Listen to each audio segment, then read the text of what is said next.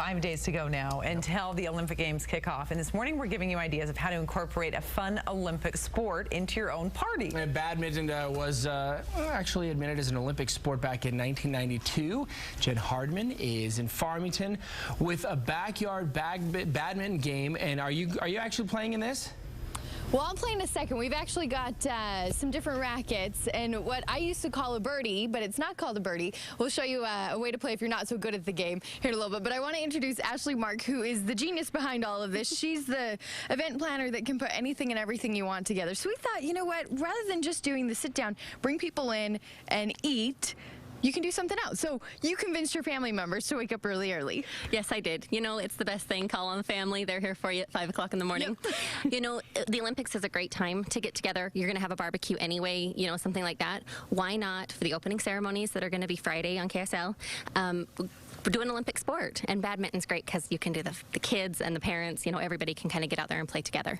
And it's, like you said, with the kids, it's a really fun, interactive thing, and it gets you out of the house. It gets you doing something different rather than just, you know, sitting in the house watching the games. Right. And you actually found, Ash, pull these out. Now, this is called a shuttlecock. Correct. I have always called it a birdie. Correct. So am I wrong?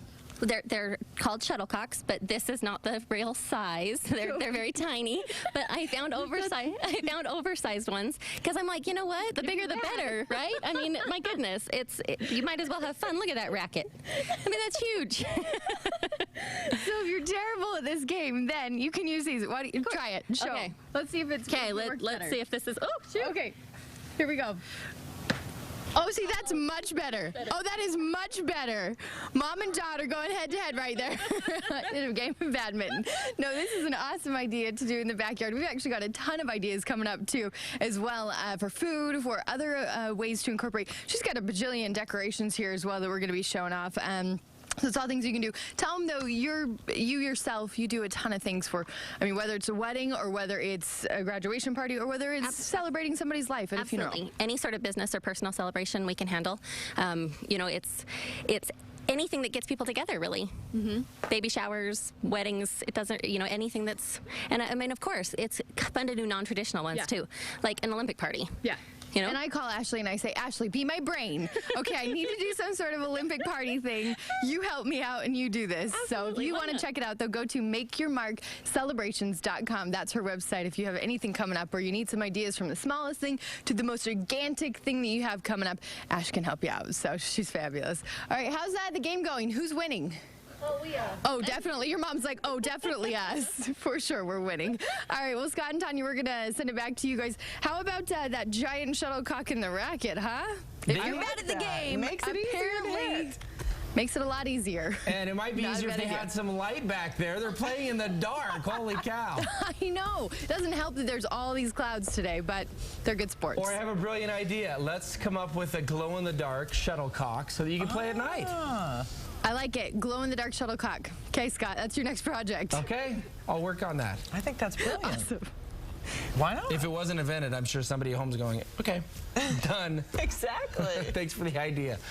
5:52, middle of summer, right? Everyone's had their backyard barbecues. So why not put a little twist on the barbecue menu? How about an Olympic twist? Sounds pretty good, right? Well, in 1860, the first fish and chip shop was opened in London and has since become a popular menu item all over the world. And frying, perhaps a great alternative to barbecuing. And Jen Hardman is deep frying some fish this morning to get ready for the kickoff to the London Olympics. I'm sure the neighbors love us now. First you had a 5:45 a.m. badminton game, and now you are barbecuing and frying in the backyard. I know. The neighbors here are going to love us once we stop screaming and yelling early this morning as we're all having a little bit of a party. Obviously, your party not going to be happening at this hour, but it'll be happening later in the day. So with the Olympics kicking off on Friday night, what a great way to do something fun. And fish and chips, a really good idea, especially with the first one in London. Well, you know what? Why not? I mean, everybody barbecues, and you might as well put a fryer outside and, you know, get everything in there. So when you do it, you just drop them both in together? Oh, absolutely. Easy enough. Yeah, I mean, or you can do batches. It's no big deal either way, but then it keeps you part of the action. This is also good, too. If you just have one of these little fryers, bring it out in the backyard, it still keeps people coming around together. Exactly, exactly. Now, when you serve them up, though, traditionally, fish and chips was served in newsprint, newspaper. It actually keeps the grease, it absorbs the grease, and then it actually keeps them insulated too. So why not do something real fun and actually serve them in newsprint. Now make sure that you actually put down a food safe paper first. So your fish doesn't end up with words on it, with ink the on it. newspaper Yes, ink. exactly. So Okay. you just fold them up, roll them up. And then you're ready to go. And then they end up looking like this. Yep, absolutely. Great little way to display them and serve them up like this. And Ashley went above and beyond the call of duty this morning for our event planning. You actually made torch cupcakes. Is that Olympic torch cupcakes? Yep, exactly. You just make cupcakes like you would regularly, fill them about halfway. You take sugar cones, waffle cones, wrap them in foil paper, put the Look at cupcake in the top, frost them, sprinkle them with a little bit of And you just wrap the paper right around it. Absolutely. There you go. So you can take it off and eat the cone later if you want. Absolutely. Why Exactly. not? That's the best Well, part. Then, of course, if you want to incorporate all the ring ideas, you just use M&Ms to make M&Ms this. are great. They have all the colors. I mean, the brown is going to have to do for the black, but really they have all the colors. You can do them on top of cupcakes, but I think the first person that eats that might feel bad for messing them up. I know. But they look really good at the moment. Kind of mess them up. Now, Ash, where do you find a British guitar? Does it play? No, it doesn't, but it looks good. You know, you can find stuff all over the place. I find stuff at party stores, at, home goods stores, that kind of stuff. You know, it's just you pick stuff up as you kind of go a lot of times. And you even came up with the rings down there. Derek's going to grab a shot. You filled up just water. Totally simple. Colored 'em. I just took some cylinders, filled them up with water, put the food coloring in it. That's You got the Olympic rings. so awesome. If you want to check out Ashley's website, it's makeyourmarkcelebrations.com if you're looking for party ideas or whatever it is. We're just hopefully giving you some for your Olympic kickoff as you've got the next few weeks to enjoy them. Now, Scott and Tanya, we have one thing that we need you guys to do. We've put up all of these flags, and the test today is that you guys have to name every single one. We have this side, and then we also have the other side. So, Tanya, do you want to start? Oh, no. Okay, we have to take a look at the top. Was it Canada that started off? Okay, the come here, top? Ash. Well, the reason we're making No. you guys do this is because we don't know all of them.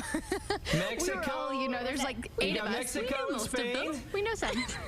Is this Spain or is it Germany? This one's Mexico. Germany or Spain? Is it Germany? I thought it was Germany. We can't figure it all out, so we need your help. Mexico, I think, is up top, right? And then you've got Let's see, Holland. can you get this The one? US. We got that one. Yay, Tanya, That's good the job. one I know. There's the given. Oh, so great ways to incorporate things and maybe give a test to all your guests that are coming.